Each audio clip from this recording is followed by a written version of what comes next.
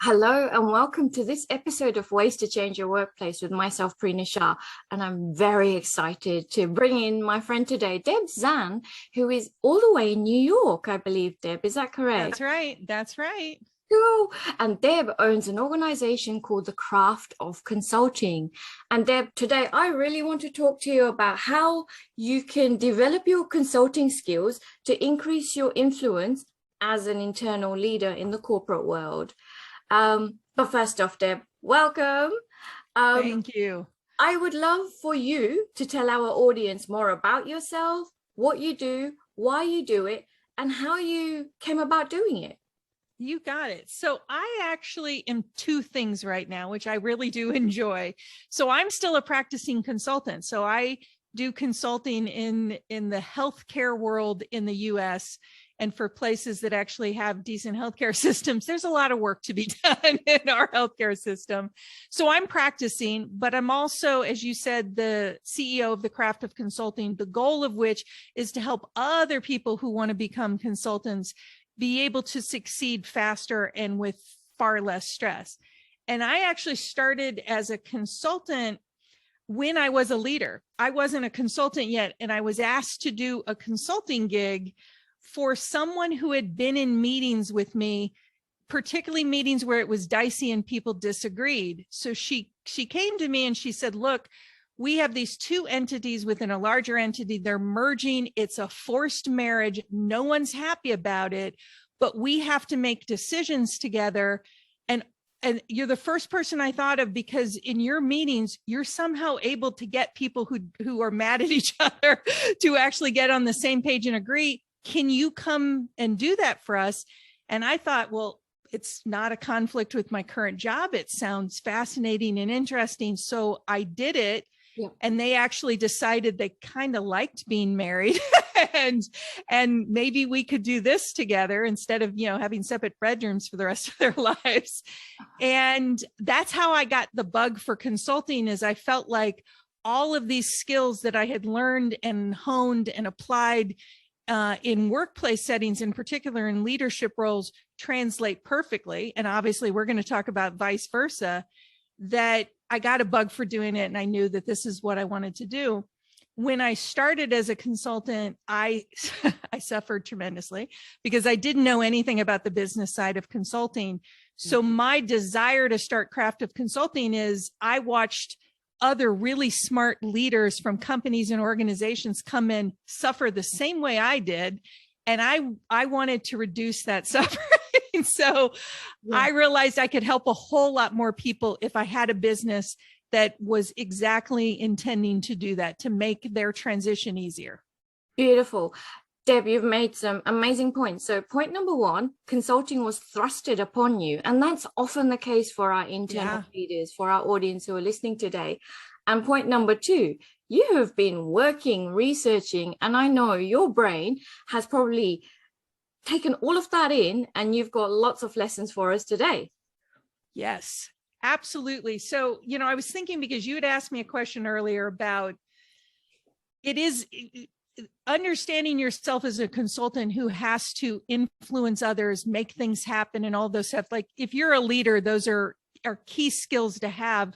Yeah. And I was trying to think, like, what are the most important ones that I would put at the top of the list? And one of them is the best consultants, and I think the best leaders, have the right orientation. And that orientation is towards outcomes. So they have clarity about what outcomes they want to achieve, or they have a path to getting that clarity, and they keep and maintain a focus on those outcomes. So they don't ignore the journey and the experience, because obviously those matter, but they keep that orientation. And bad consultants don't, and leaders who struggle don't. And then the piece that goes along with it that I thought was also sort of a critical, almost kind of meta way to think about it, is they also know that they need to use the right tools to get that outcome. So it's not just one tool. A hammer is not going to do everything. Yeah. You need to have a full toolbox, and then have some skills at knowing when to apply what tool. So just being the leader who tells your subordinates well, this is what I want, this is what you have to do, and I'm the boss, and that's what you're going to do.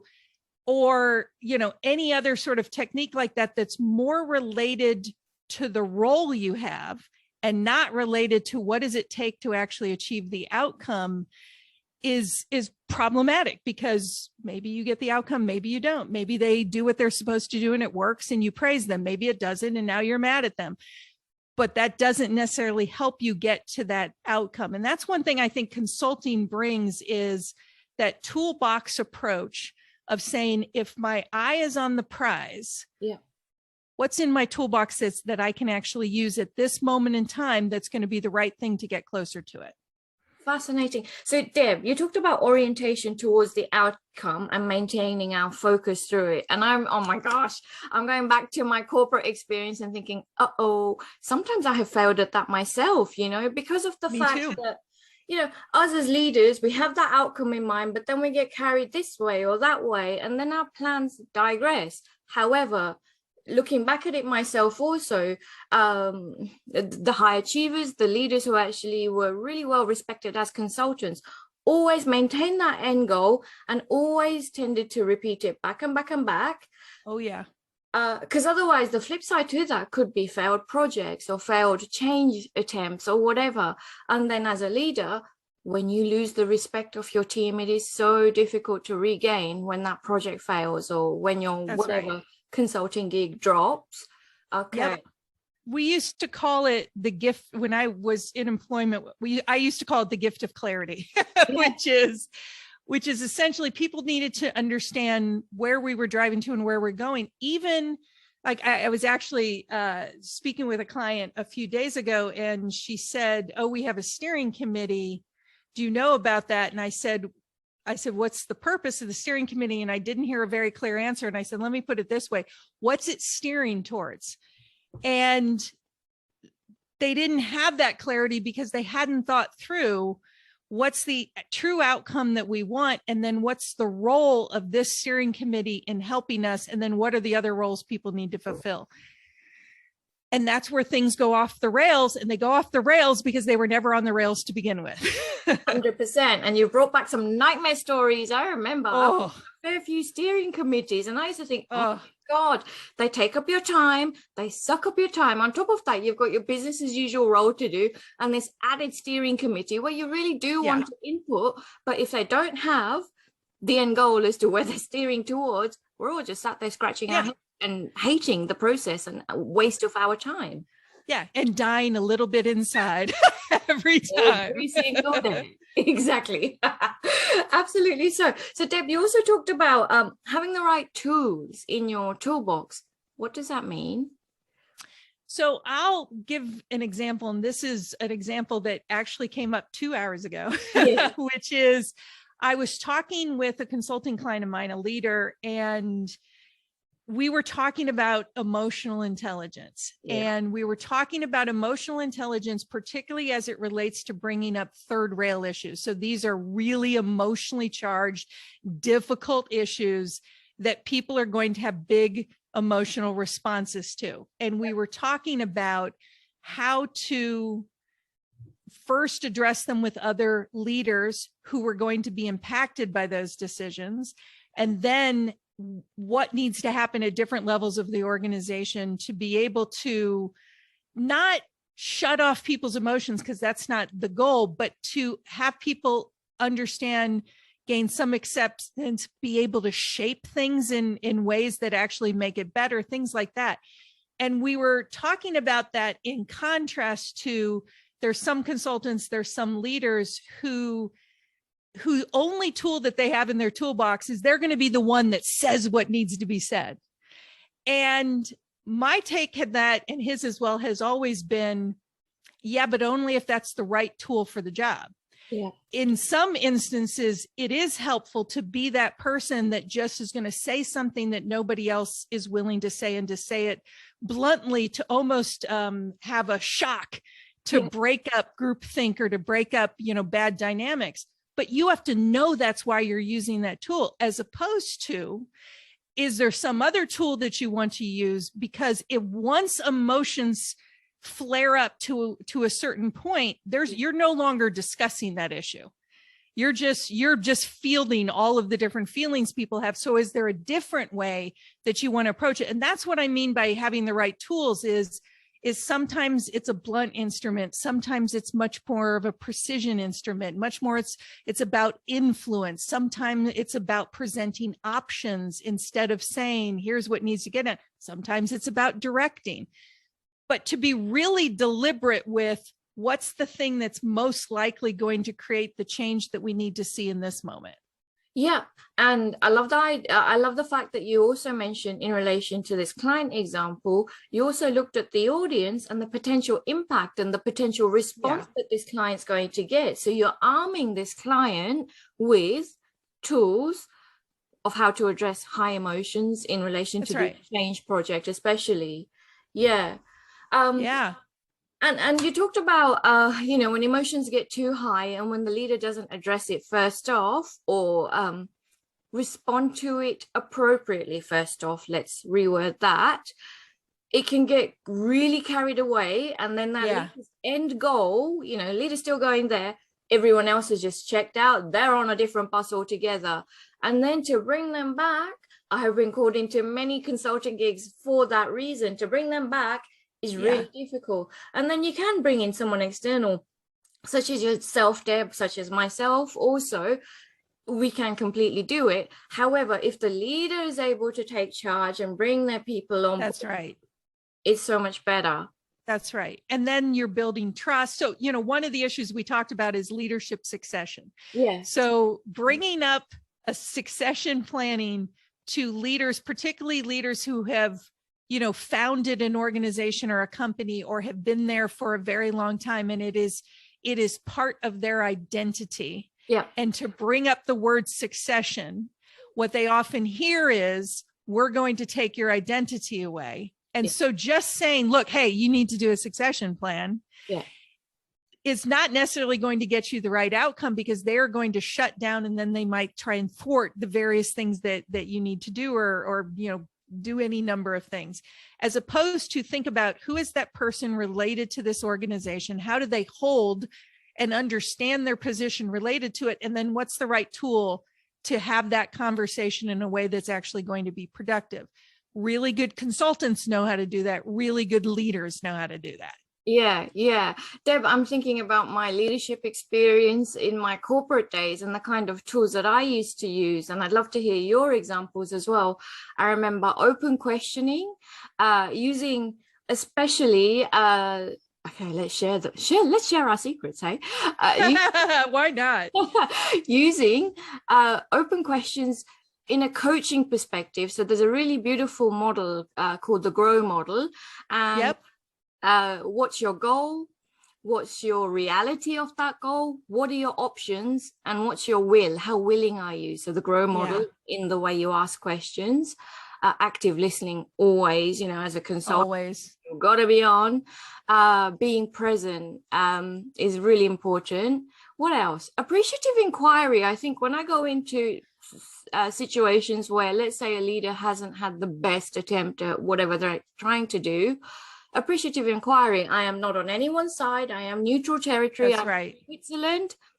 Talk to me. So loads of open questions there. And I'll add details about what appreciative inquiry is in the show notes. It's an amazing skill to adapt. For those who don't know about it. But Deb, do you have any skills or any tools what's your secret? Yeah. So it goes along with the last one, which is I am insatiably curious. And I'm more curious about how to get to the outcome than attached to any rigid beliefs about how to get to that outcome. So so always showing up with the lived reality of being curious is one. But for me, it's even simple things like a lot of times I go in and they want big things to happen and they can't even run a meeting that makes any sense and doesn't make people want to jump off something tall. So, so even simple things as having an agenda that clarifies the objectives that you're trying to achieve. So I go back to, research that was done about people who have to wait in line a long time for things. And what they found out is if they knew why. And it actually didn't matter if it was a good reason or not.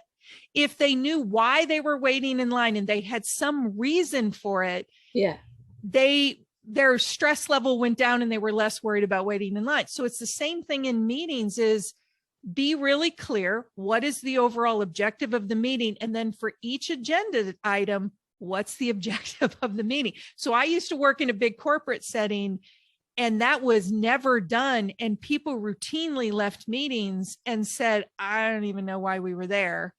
We didn't get anything done yet again. And, here's what happened, but it didn't lead us anywhere. And it's usually because the person who's planning or facilitating the meeting isn't clear about what the purpose of it is and what they're trying to do. So things as simple as that, or trainings, it happens quite a bit with, or retreats. I have clients who really like retreats. God bless them, but they like retreats. And my first question is always, what do you want to achieve at the end of this? How does this relate to other things? And then in my mind, the open question is a retreat or is a meeting or is a training the right way to do that? So I was talking to someone a while ago who, they're having this particular problem with folks that work at the organization, and they started talking about training. And I said, so is the problem a knowledge and skills deficit? And she said, I don't know. And I said, well, that's the only reason you would do a training of the type that you're talking about. Or is it X, Y, and Z, in which case you might pull a different tool out of your toolbox to be able to do that. So I always like to start at the end, gain really good clarity about what you're trying to achieve. And then that clarity gets communicated in multiple different ways. Cool. You can retrofit it. Absolutely. So everywhere. Yeah. And not just tell people once, but you say it at it's in the agenda, it's in the email. Sometimes I've even, and I stole this from the ever fabulous Leanne Hughes, another wonderful Australian. Yes. And I've now started sending videos sometimes to people prior to meetings to basically make sure that it's really clear why they're there. Yes. And why it's so important that they contribute. Oh my gosh. Yes. Warming people and giving them pre-meeting information is so important. And us as external consultants absolutely do that.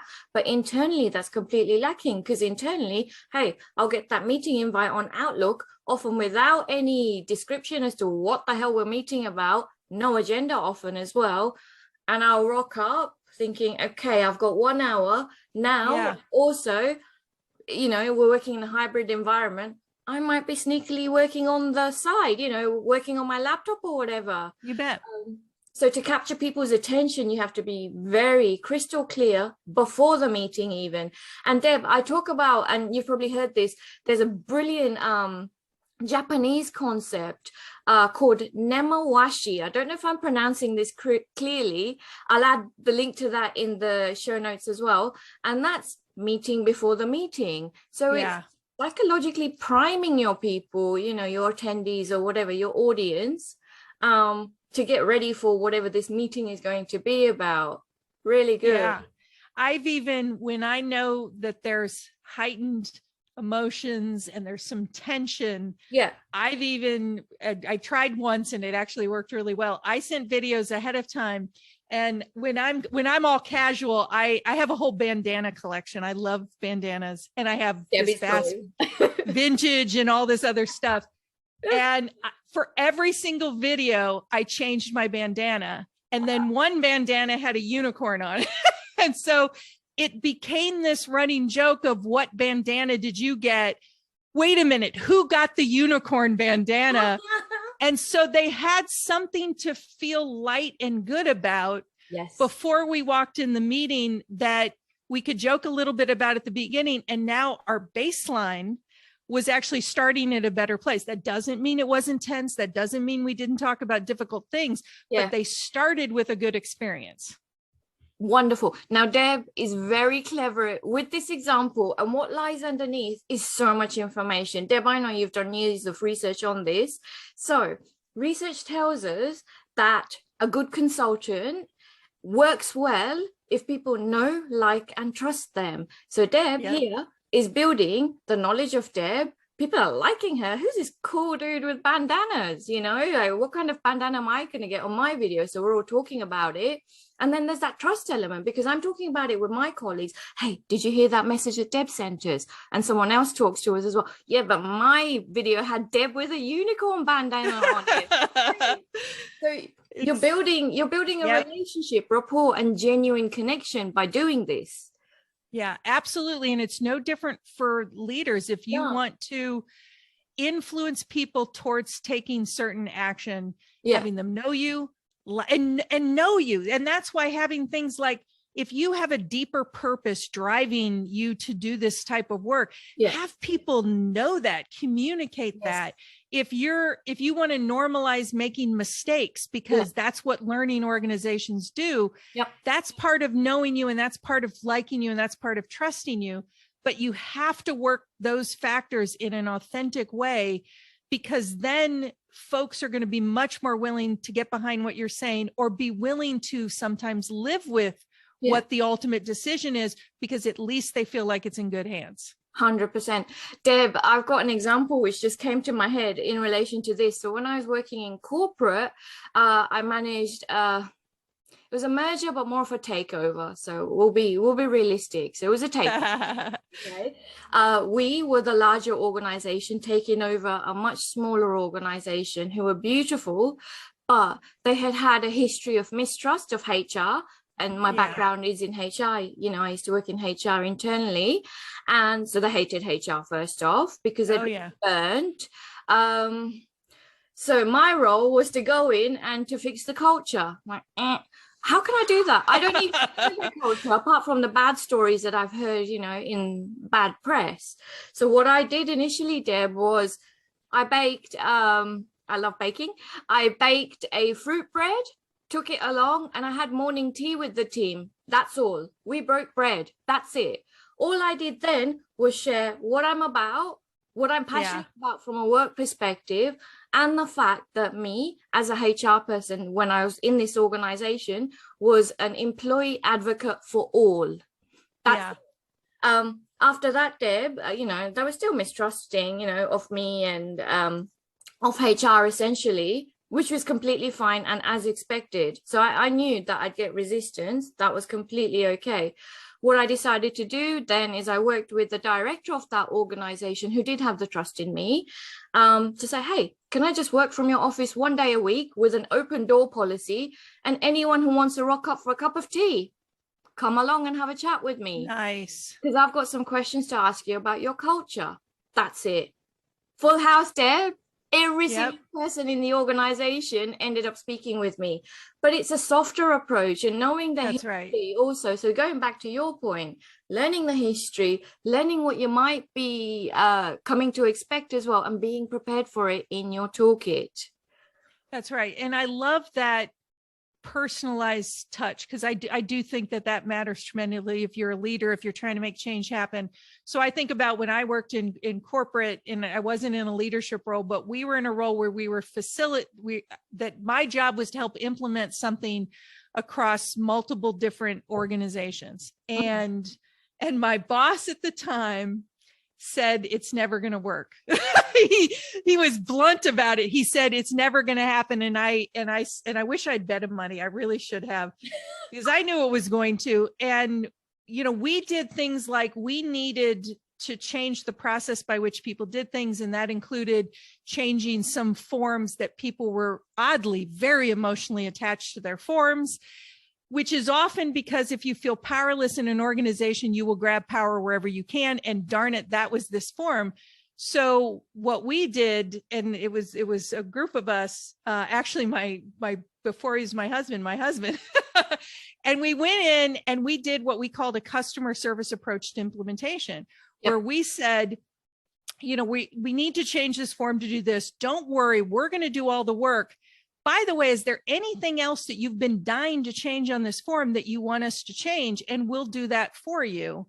And including, like, it was a healthcare facility. They wanted to add a question about domestic violence. Well, you better know the research on how to ask that appropriately. So we said, tell you what, we'll do the research. We'll find out what the right question is, and we'll add it for you.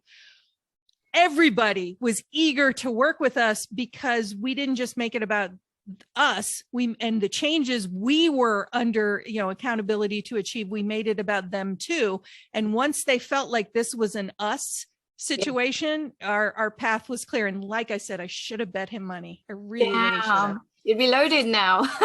Yeah. Excellent.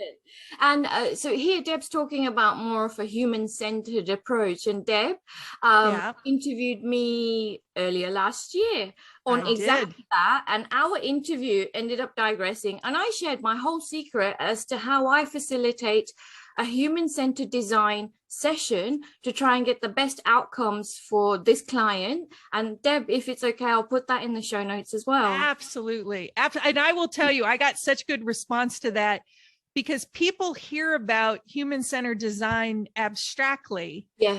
But you took it from the abstract to the concrete and said, step by step, from even before you got the gig. Yep. Here's how you approached it with a potential client. It was phenomenal. I learned a lot, and I'm now actually using some of the techniques, and I actually just bought a deck of other human-centered design techniques so I can mix up some of what I'm doing. It's so cool. So for any facilitator or any change maker or any leader who wants to have more of an influence, you have to listen to that podcast, and you've got to check out Deb's details, which are all in the show notes, because Deb, you write a lot of blogs as well, which I've signed up to, and they really are useful. It gets you thinking from a consulting perspective, but then from an internal leader's perspective as well. We all have to influence. We all have to consult in some way or another. Right. And the quicker you hone those skills, the better you'll be at it, because it's all about human connection, as we've learned. And Deb, it's even harder connecting with humans over a frigging computer. Yeah. Yeah. So this is where that's why knowing truly what your deeper purpose is, and having your mindset in a helpful and healthy place to be able to spur the right choices and the right action. Because if you have that, then you can transcend the remoteness on a Zoom call. If you don't have that, or you try and fake it, you're going to have a much harder time invigorating people towards the things that you want to get them excited and on task about. So having those, and again, those are true for consultants, it's true for leaders. And then my favorite one, which kind of harkens back to what I said earlier, is the prioritize and focus.